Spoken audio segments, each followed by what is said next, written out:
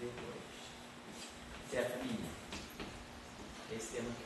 Está lambertiano, mais 2, G2, V2, θ mini. O θ mini, vou botar aqui uma linha aqui desse. Vamos ver o que eu vou fazer. Agora vamos pegar o setor longitudinal. Do setor longitudinal, eu botei o meio de evidência, apareceu isso aqui, ó, menos da lambertiano sobre psi. Esse termo aqui. Da lambertiano, botei o meio em evidência. Menos da lambertiano sobre psi. E depois aqui mais 2, G2.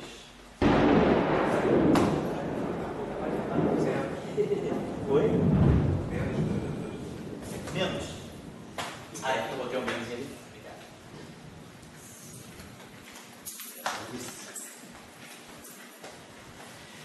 Mas acho que foi longe, eu precisar do lado desse ano. Tá. Vamos lá, acho que eu não esqueci. Corrige, então ficou meio. Então, parte do θ ficou ok. E a parte do ômega que eu tinha errado, o Luiz corrigiu, ficou menos o meio da lambertiano sobre si, que eu botei o menos aqui. Esse menos aqui, esse aqui é mais, esse aqui é mais. Beleza. Então, o que a gente observa é que todo mundo sabe inverter esse operador, né? Nossos cursos aí, é só lembrar, quando eu tenho um operador que é proporcional a θ e outro que é proporcional a ômega, eu tiro a função de Green do campo vetorial. Quem vai ser a função de Green do campo vetorial? Vai ser 1 sobre da lambertiana, mais 2, G2, V2, θ mini. Só inverter os coeficientes, né? Quando eu tenho algo desse tipo, x θ mini mais y ômega mini, eu quero inverter essa expressão, ela é 1 sobre x θ mini, mais 1 sobre y ômega mini. Se eu multiplicar esse por esse dá θ, 2 dá θ, esse por esse dá 0, esse por esse dá 0 e esse por esse dá ômega 2, que é ômega. Então fica x vezes 1 sobre x dá 1, fica θ mais ômega que é 1. Então esse cara aqui é o inverso desse. Claro, o inverso no sentido de que eu estou multiplicando ômega mini mais θ mini mais ômega mini por alguma coisa que seria ômega mi kappa, θ mi kappa mais ômega mi kappa. Se eu multiplicar esse cara por esse cara, você vai dar θ mi kappa, esse aqui vai dar ômega mi kappa, θ mi kappa mais ômega mi kappa é a identidade. Então esse cara inverte isso, é o que nós estamos fazendo aqui. E aqui nós vamos ter menos o inverso disso aqui. 1 sobre da lambertiana, menos 2, G2, V2, psi. Eu posso botar esse psi aqui em cima e aqui ômega mini. Ó, olha o que vai acontecer. Se eu olhar para o campo vetorial, a minha função de Green, ela vai aparecer aqui com 2 polos. Eu tenho um polo no setor transverso. Isso aqui vai ficar menos K2 mais 2 G2, V2. Então, esse polo vai ser para K2 igual a 2 G2, V2. Então, isso aqui é a massa do campo de gauge no setor de spin 1. Agora, eu tenho um polo no setor de spin 0, que é o polo longitudinal. Quem é esse polo? É K2 igual a menos 2, então isso aqui vai ficar menos K2, vai ficar menos isso igual a 0, vai ficar K2 igual a menos. Então, o que está acontecendo?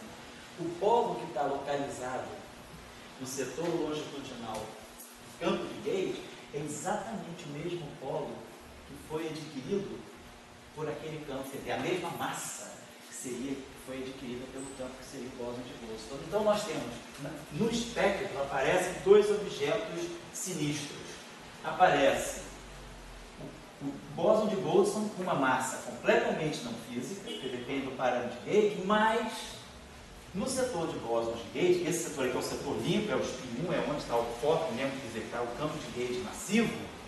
No setor longitudinal dele aparece um objeto que tem spin 1, esse projetor aqui é de spin 1, então spin 0, então aparece um objeto spin 0, na parte longitudinal, com uma massa que é igual a essa massa, não é coincidência também. O que está acontecendo? Tem uma massa dependente do gauge no setor escalar, e uma massa dependente do gauge aqui.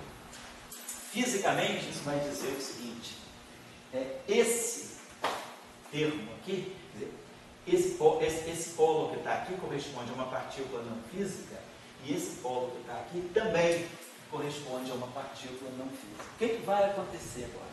Se nós olharmos os acoplamentos, né, a matéria, vou pegar, por exemplo, o campo vetorial, psi barrado, gama mi, psi, a mim, se acopla com o campo de gauge. Aqui está constante acoplamento de gauge. E a matéria se acopla com o campo Higgs, que seria o φ. E aí, esse φ que está aqui é D, vai aparecer aqui aquela D mais H mais I. Então, vai aparecer aqui, no acoplamento de Higgs, vai aparecer aqui um I, então, vamos dizer assim, vai aparecer esse acoplamento aqui. Então, esse campo aqui, esse objeto aqui, vou colocar assim, ou então a gente pode até olhar por aqui, perdão, podemos até olhar por aqui. Esse resíduo, nesse polo, ele tem um sinal menos. Então, esse sinal menos que está aqui, vai compensar exatamente o acoplamento desse bóson de Gauge. Então, esse bóson de Gauge aqui vai se acoplar com a matéria da mesma maneira que esse. Só que um vai carregar um sinal menos no acoplamento e o outro vai carregar um sinal mais. E eles vão se cancelar. Então, o que acontece no Gauge unitário, que não é o unitário, onde eu não elimino o bóson de Bose, no bóson de Bose não vai até as últimas consequências, ele ganha uma massa dependente do Gauge, mas paralelamente a isso, aparece a mesma massa no setor vetorial. E essas duas massas, elas trabalham para uma eliminar o efeito da outra. Então, fisicamente, essas massas não vão aparecer. Então, é isso que acontece no chamado Gauge RXI. O Gauge, ele é chamado Gauge RXI, ele é R de renormalizável. XI, porque aparece o parâmetro de Gauge. A questão é que, no caso não abeliano, o Gauge unitário não é renormalizável. Então, eu preciso... Agora, se eu vou para esse Gauge RXI, a teoria se torna renormalizável. Então, a gente tem essa discussão. Afinal de contas, a teoria com quebra espontânea da simetria é renormalizável ou não? A renormalizabilidade depende do Gauge? Depende. Então, eu tenho um Gauge onde eu tenho renormalizabilidade. Tem um outro onde eu não tenho. Mas a física do processo, quer dizer, a física do sistema ou da teoria, ela está na matriz S. A matriz S, ela é mais do que isso, ela pega os processos on-shell. Então, apesar da teoria no Gauge unitário não ser renormalizável, a matriz S dela, ela fica finita, porque do momento que eu introduzo os contratermos, eu consigo ter uma matriz S finita no Gauge unitário, apesar da teoria não ser renormalizável em geral. Então, eu só queria finalizar aqui com vocês essa discussão. E a pergunta aí do Luiz Felipe fez a gente ir um pouco para essa direção, que está um pouco fora do programa, mas eu acho que é muito importante vocês perceberem. Quer dizer, para quem está fazendo um curso assim, para ganhar cultura, saber como funciona a teoria eletrofrágil, eu diria que é importante meditar um pouco, pensar um pouco, aprofundar depois do estudo, nessa questão. Quer dizer, para efeito de cálculo prático, quem é fenomenólogo lá no LHC, o pessoal todo que calcula processos e calcula processos com ordens mais altas, a 2 loops, tal, para poder fazer testes de precisão da teoria eletrofrágil, todo mundo trabalha no Gauge unitário. É o Gauge que você pode trabalhar com segurança e você sabe que, apesar de ele não ser um Gauge manifestamente renormalizável, ele leva a uma matriz S finita. Então você está perfeito para fazer seus cálculos. Do ponto de vista um pouquinho mais formal, prefere-se trabalhar com o Gauge RXI, que vai dar também, onde vão aparecer as dependências do Gauge que podem, vou calcular uma grandeza física, vou calcular uma seção de choque, mas aí ela pode vir a depender do Gauge, que não é, mas aí o efeito do bóson de Goldstone cancela o efeito desse spin zero que está presente agora na parte longitudinal do campo vetorial. Então, nos dois casos, as coisas funcionam. Então, mas é só para chamar a atenção, por isso eu não tenho, nesses últimos 2 ou 3 anos, eu não tenho chamado muita atenção do Gauge RXI, porque ele está feito no curso lá com mais detalhes, Mas eu estou chamando a atenção de vocês, porque a pergunta veio, e eu acho que é importante vocês terem claro. Então, no Gauge unitário, simplesmente a gente desaparece com o bóson de Goldstone, porque ele desacopla e ele fica simplesmente um campo que se propaga livremente com massa zero, sem interagir com ninguém. Então ele não interage, ele não aparece, está fora do espectro físico da teoria, certo?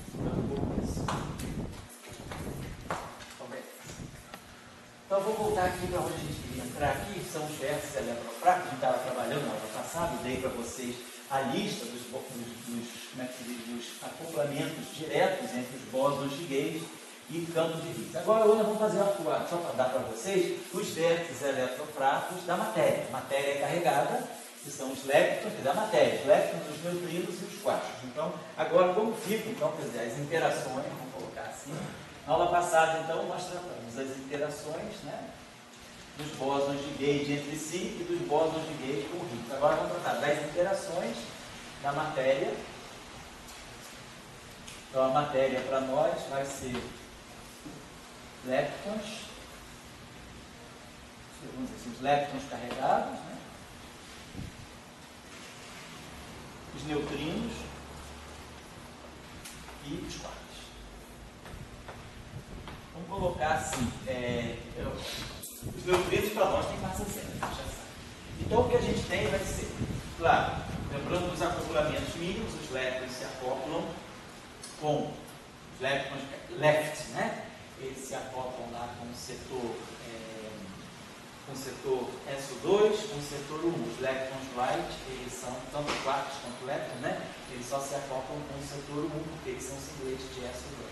Mas aí a gente introduz a massa, que é o Higgs, e aí, só para eu trouxe aqui os acoplamentos para vocês, seria o seguinte. Então nós vamos ter, por exemplo, os leptons, vou botar L, eu vou chamar os leptons de L. Os neutrinos eu vou chamar, obviamente, de μ. E os quarks vão seguir aquela nossa notação. Vamos sempre usar o P para o quarto superior, que é o quarto de carga 2/3, e N para o quarto inferior, que é o quarto de carga menos 1/3. Então, os acoplamentos são. Vamos fazer então os acoplamentos, claro, eles vão se acoplar. É claro que eles se acoplam entre si, porque nós temos os acoplamentos de Yukawa entre os leptons e os quarks e os Higgs. E temos os acoplamentos de gauge. Então, nós vamos ter as categorias de acoplamento, quer dizer, as interações da matéria. Elas vão ser as interações com os bósons de gauge.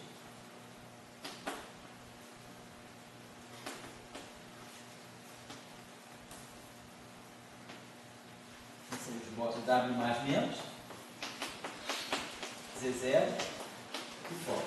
E as interações com Higgs. Interações.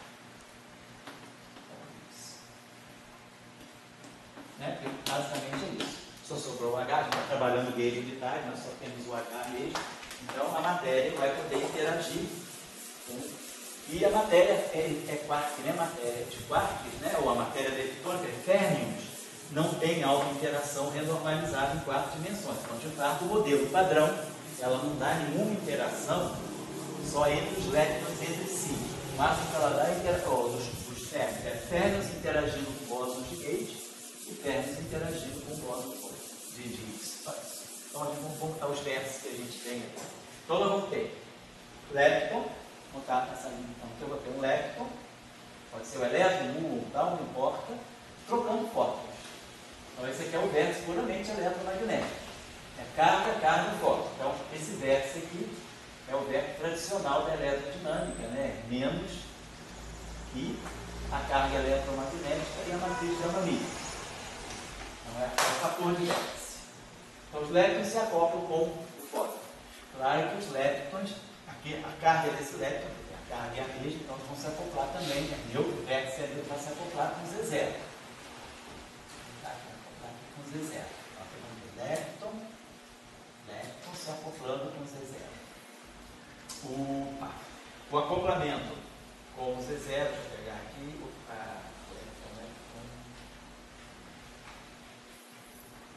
Z0. O acoplamento com Z0 é esse aqui. Vou botar aqui que é uma expressão mesmo. O acoplamento com Z0 é esse aqui. É IG. Aquela constante de acoplamento de SO2, né, sobre 4, cosseno de θW, cosseno do ângulo de Weinberg. Gama-mi, que é pelo semi, né? Semi, vamos ter um gama-mi. Aí vamos ter esse fator assim. Menos 1 mais 4 seno ao quadrado de θW mais a matriz da desidentidade, obviamente, 4 por 4 mais a matriz de gama-5. Então esse aqui é o vértice que faz a interação de dois leptons com os eletrões. O que é importante, mais importante que tudo, é saber os fatores de acoplamento que vão aparecer. O ângulo de θW Então esse é o acoplamento dos leptons com o Z0. Claro que os leptons podem se acoplar com o Higgs também. Depois eu vou mostrar uns processos aí. Então aqui a gente vai ver o Higgs. Lepton, Higgs. O acoplamento do lepton com Higgs. Vai ser menos I, G, a massa do lepton sobre 2 vezes a massa do W. Então vocês observam, interessante, o acoplamento da matéria com o Higgs, ela já traz uma massa do W que é muito grande no denominador. Essa massa aqui, ó, a massa do lepton, a massa do elétron, 0,5 MeV, massa do tal, massa do muon, 104 MeV, massa do tal, 1,7 GeV. Essa massa aqui é de 80 GeV. Então a gente já tem um fator, quer dizer, a interação dos leptons com o Higgs, ela é muito, vamos dizer assim, supressa por fatores de massa do NW. Então isso aqui é o acoplamento do lepton com o fóton, com o Z0 e com o Higgs. Eu acho que não tem mais nada. Os acoplamentos leptônicos são esses. Depois a gente pode ter, claro, a gente viu que o elétron, eu posso ter uma interação, que eu vou ter neutrino acoplado com o lepton, aquela interação que tem o W. E aí essa interação aqui, ela tem WI, então vamos dizer, entra o neutrino, que tem carga, aqui vai entrar o WI menos, né?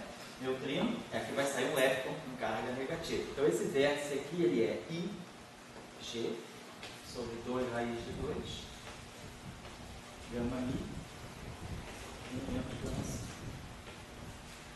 Então esse é o vértice com o W. O vértice é a corrente carregada. É o neutrino, lepton, corrente carregada. Então esse aí tá, o vértice do W. Então tá, fizemos todos os vértices dos leptons. É lepton, fóton, lepton, Z0, lepton, Higgs e lepton, W+. Perfeito. Então esses são os acoplamentos que nós temos. Agora, claro, nós vamos olhar o setor de quartos. Os quartos também. Os quartos vão interagir com o fóton, os quartos vão interagir com o Z0, os quartos vão interagir com W+, W-, e os quartos vão interagir com o Higgs. Então vamos ver as interações dos quartos agora. Então vamos ver que tem um quarto aqui Q, aqui eu tenho outro quarto Q, e aqui eu vou ter quarto interagindo, então eu tenho um vértice que tem quarto e quarto interagindo com o fóton. E aí, claro, essa interação é eletromagnética. Nós vamos ter I, constante de acoplamento eletromagnética G, a carga do quarto, então vou botar aqui a carga eletromagnética do quarto e o fator gama. Então a gente tem aqui a carga do quarto vai entrar aqui. Então a interação quarto e quarto é Mi. Depois nós vamos ter a interação quarto e quarto Z0. Quark. Então Z0 vai ser, por exemplo, eu vou ter dois. Então se eu tiver o quarto T, do quarto de carga 2/3 interagindo com o Z0, ele vai ter esse fator IG sobre 4 cosseno de θW, gama Mi, aí vamos ter aqui 1 menos 8/3 do seno ao quadrado de θW,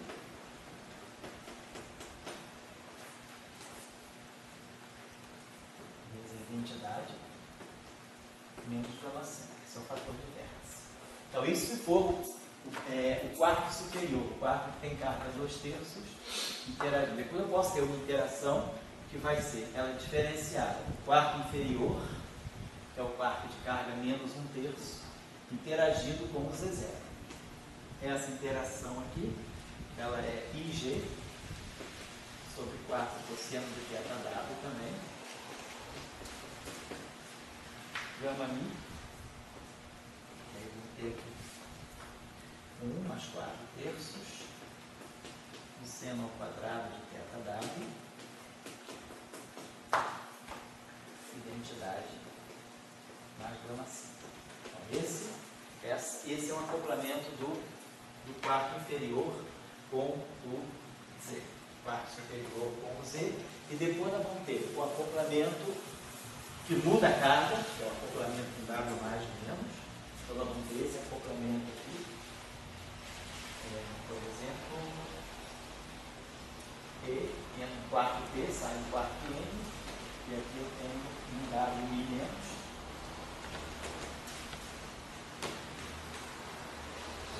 E aí eu vou ter aqui IG sobre 2 raiz de 2, gama mi, 1 menos gama 5. E aqui entra aquele termo V da matriz de Cabibbo-Kobayashi-Mascal, aquele termo que acopla o termo N na matriz de Cabibbo-Kobayashi-Mascal.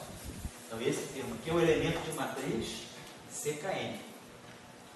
É o termo CKN, matriz de Cabibbo-Kobayashi-Mascal. Esse acoplamento aqui, quer dizer, que a gente sabe que justamente a fase, né, de Cabibbo-Kobayashi-Mascal, a fase que quebra a CT, que faz a violação de CT, ela está presente justamente na corrente carregada. Então essa corrente aqui que tem a fase de Cabibbo-Kobayashi-Mascal. E aí agora a última interação que falta é o quark T. Então o quark T, quark superior com Higgs. Quark superior com o Higgs, ele vai dar menos IG, a massa do quark, sobre 2 vezes a massa do W. Também, o acoplamento com o Higgs ele é sempre muito supresso, porque ele traz a massa do W no denominador. Então é um acoplamento que é bastante diminuído, né? Ele perde um pouco do efeito. E o quark N, o quark inferior, também se acopla com o bóson de Higgs, e o fator dele que é menos IG, a massa do quark N, sobre 2 vezes a massa do W. Então, esses são todos os acoplamentos do gauge unitário das partículas do modelo padrão. Então, isso é importante para vocês assim, desenvolverem um pouquinho, quando tem um processo, né? Suponhamos que a gente tem assim, um espalhamento, né? Por exemplo, um espalhamento elétrico. Vou pegar mais giz. Quase acabando, tá, gente?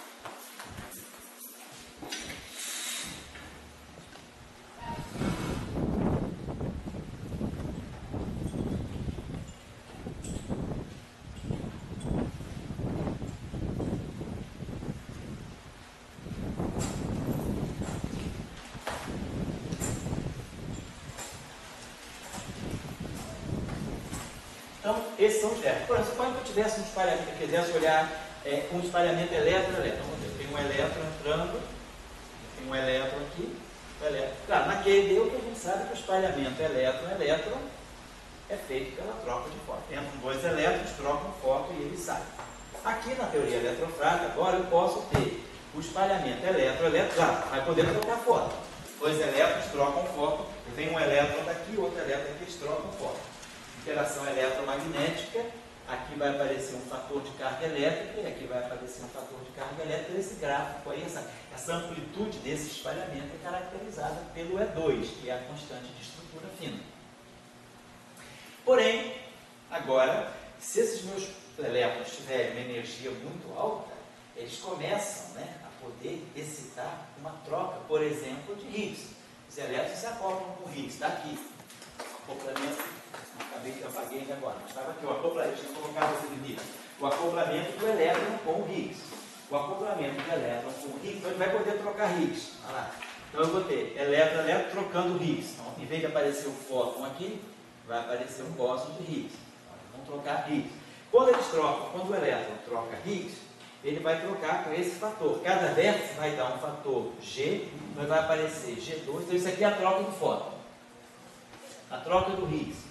Ela vai aparecer a constante de acoplamento G2, a massa do elétron ao quadrado, sobre 4 vezes a massa do W ao quadrado. Então, isso aqui vai ser a troca do Higgs. Então, olha só, esse acoplamento aqui é muito maior do que esse, porque aqui eu vou ter um fator de massa do elétron, que é 0,5 MeV, por massa do W, que é 80 GeV. Isso está ao quadrado. Então, esse é aproximadamente que é um Bemers. A média sobre 80 GeV. Os GeV são 10 a 3 MeV. Então vai dar um fator de 1 sobre 10 a 4 no denominador, 10 a menos 8.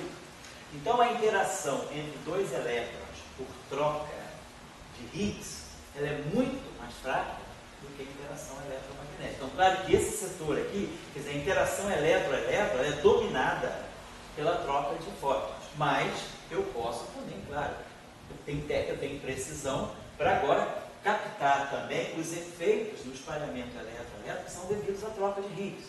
Eles podem trocar, por exemplo, W também. Então a gente pegou aqui o verso do elétron com o elétron com W, que vai dar o G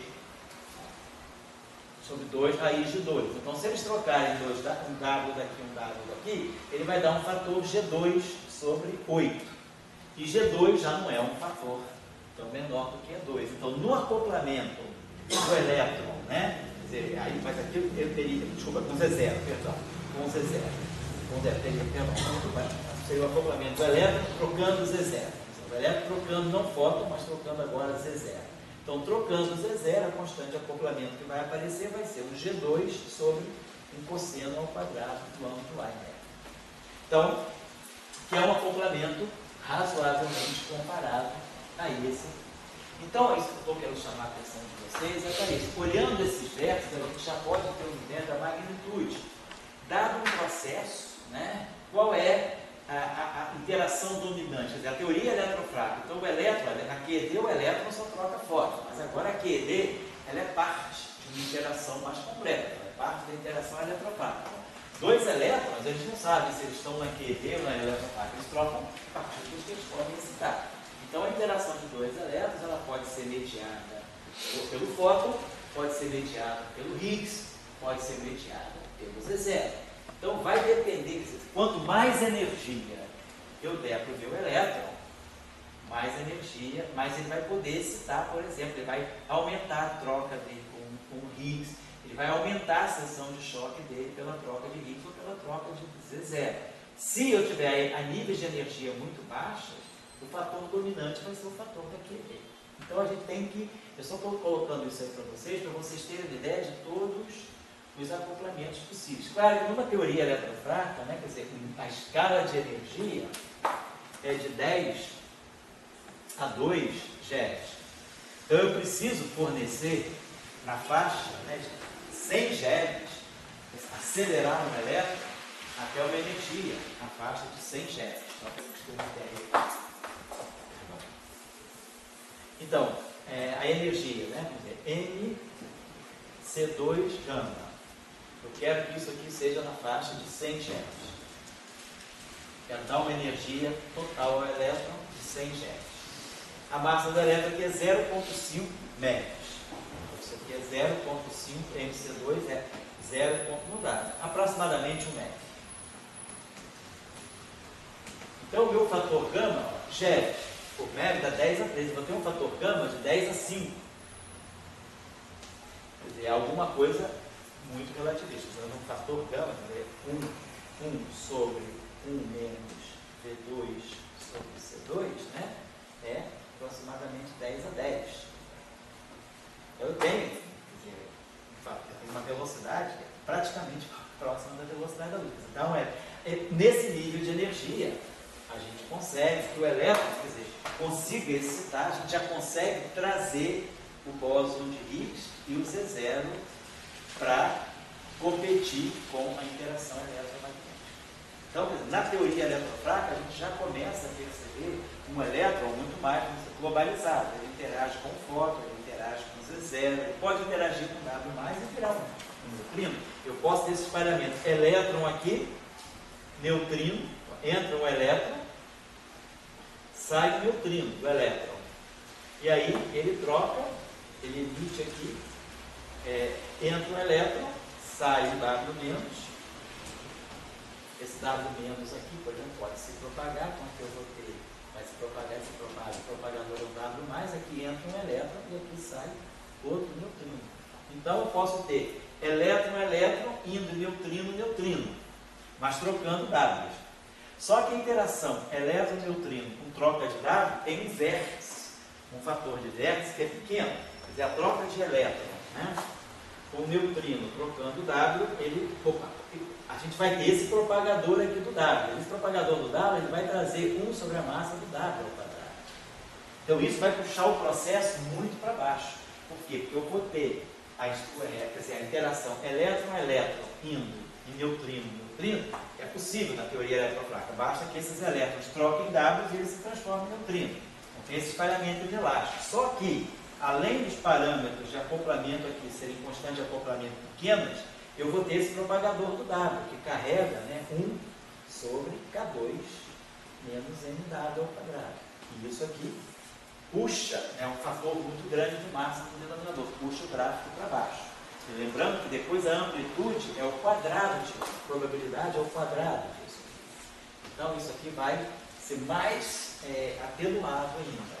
Então isso eu queria que vocês percebessem. Esses versos que eu dei para vocês é para vocês saberem que processos são possíveis. Na aula que vem eu vou trabalhar um pouquinho mais sobre isso, para a gente treinar um pouquinho mais isso e trazer para vocês esse paper que eu mandei ontem, que esse paper interessante, quer dizer, essa discussão interessante, que agora o LHC vai começar a se focar no decaimento do Higgs em 4 lépticos, né? A gente pode ter, a gente já viu, a gente não discutiu no paper do Olha estava aí, o Higgs pode decair em 2 fótons, em 2 E0, par W mais, W menos, pode decair tal mais, tal menos, já foi medido também, mas a gente pode ter o Higgs decaindo, por exemplo, elétron, antineutrino do elétron, muon, antineutrino do muon. Mas agora o mais interessante seria o decaimento do Higgs em elétron, pósitron, menos muon, 4 leptons mesmo. Esse decaimento aqui pode ser um decaimento bastante forte, porque ele é um decaimento, como a gente vai ver, que não passa por processo de lucro. Então, ele é um decaimento que pode testar muito bem o aspecto semiclássico da teoria eletrofrágil. Então, esse decaimento ainda não foi medido. Na aula que vem, nós vamos mostrar que gráficos de Feynman dariam para nós esses decaimentos aí, certo? Oi? Poderia ser também quintal, ao invés de mundo, nesse caso. Pode ser também. Mundo e tal. Isso. Bom, eu diria que o mundo e tal, por exemplo, tem uma ação de choque maior. É menor, porque você vai ter mais, você vai botar massas no denominador desses propagadores, né? Então você pode ter massa menor, pode ter exceção de choque. Aqui foi medido em 2012, foi qual? Foram essas duas primeiras, botam em 2 fótons e 2 externos. Depois do segundo run, essas aqui já foram medidas. E agora o pessoal está já focando nisso aqui, certo? Então tá, pessoal, dispenso vocês por aqui hoje. E aí, quinta-feira a gente se reúne, se Deus quiser, para tratar um pouquinho mais disso e discutir um pouco a questão das massas dos neutrinos. Tutoria, eu não posso.